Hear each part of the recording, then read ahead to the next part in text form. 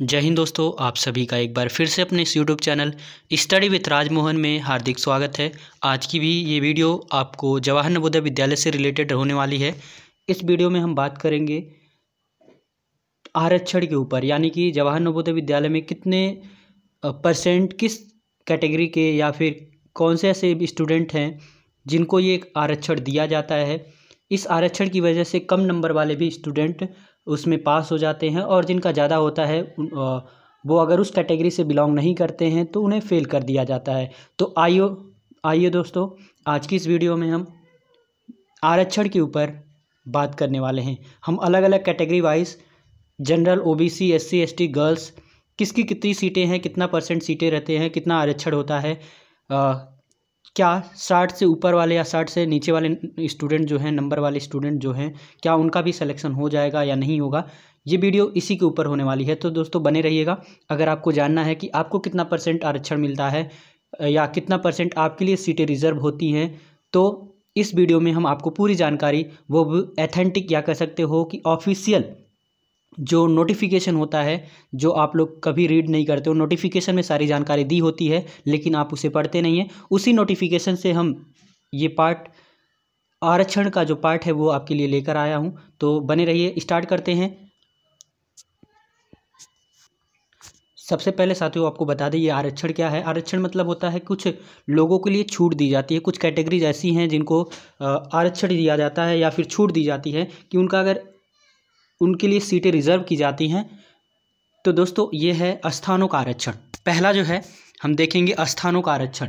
स्थानों का आरक्षण मतलब आप जानते होंगे, पहले भी कई वीडियो में मेरे सुने होंगे कि जो ग्रामीण क्षेत्र से बिलोंग करते हैं उनके लिए आरक्षण दिया जाता है। तो जिले में कम से कम 75% जिले के ग्रामीण क्षेत्रों से अस्थायी रूप से चयनित अभ्यर्थियों द्वारा भरे जाते हैं। मतलब 75% यानी 75% जो होते हैं वो आपके रूरल जो क्षेत्र में यानी ग्रामीण क्षेत्र में गांव में रहने वाले विद्यार्थी हैं जो गांव से फॉर्म को भरे हैं, तो उनके लिए 75% जो सीटें होती हैं उस ज़िले की वो ग्रामीण क्षेत्र से भरी जाती हैं। यानी अगर मान लेते अप्रॉक्स में 100 सीट है, अगर ये सपोज करिए, तो उसमें 75 जो सीट भरी जाएंगी वो गांव के जो विद्यार्थी हैं जो ग्रामीण क्षेत्र से अपना फॉर्म भरे हैं उनके लिए रिजर्व होती है। यानी 75% जो होता है वो ग्रामीण क्षेत्र के लिए होता है। तो अगर आप ग्रामीण क्षेत्र से भरे हैं तो आपके लिए 75% सीटें जो होंगी वो आवंटित होंगी। आगे बढ़ते हैं, अगला देखते हैं रिजर्वेशन।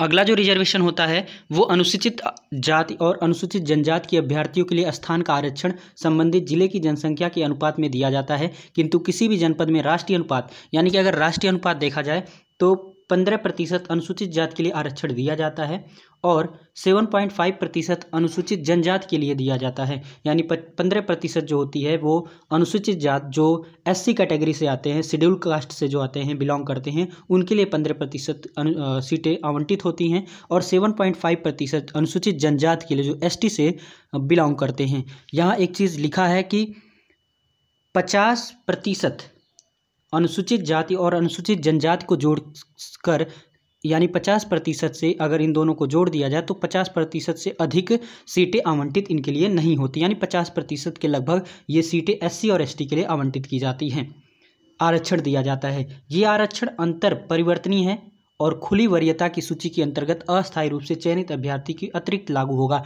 यानी अगर आपका नंबर जनरल या अनरिजर्व सीट कितना है, कट ऑफ कितना है, तो आप अनरिजर्व सीट में भी जा सकते हैं। यानी कि आप अपना जो जिस कैटेगरी से बिलोंग करते हैं उस सीट को नहीं ऑक्यूपाई करेंगे, आप जनरल या अनरिजर्व की सीट को भी हल ले सकते हैं।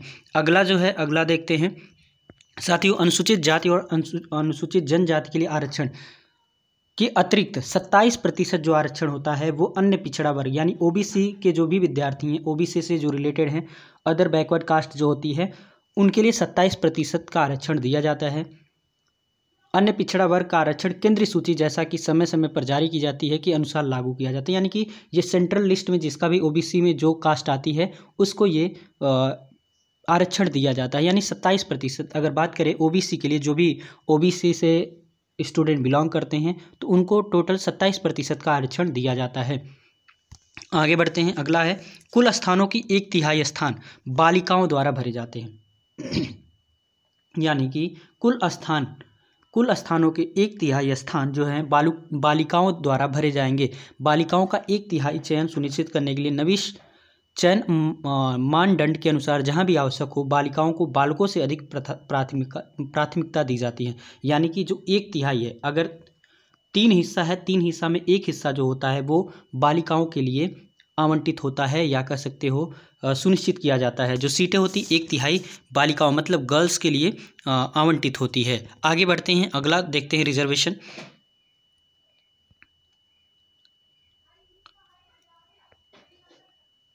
लिखा है बालिकाओं को बालकों से अधिक प्राथमिकता दी जाती है, यानी कि गर्ल्स को ज़्यादा प्रियोरिटी दी जाती है देन बॉयज़ की।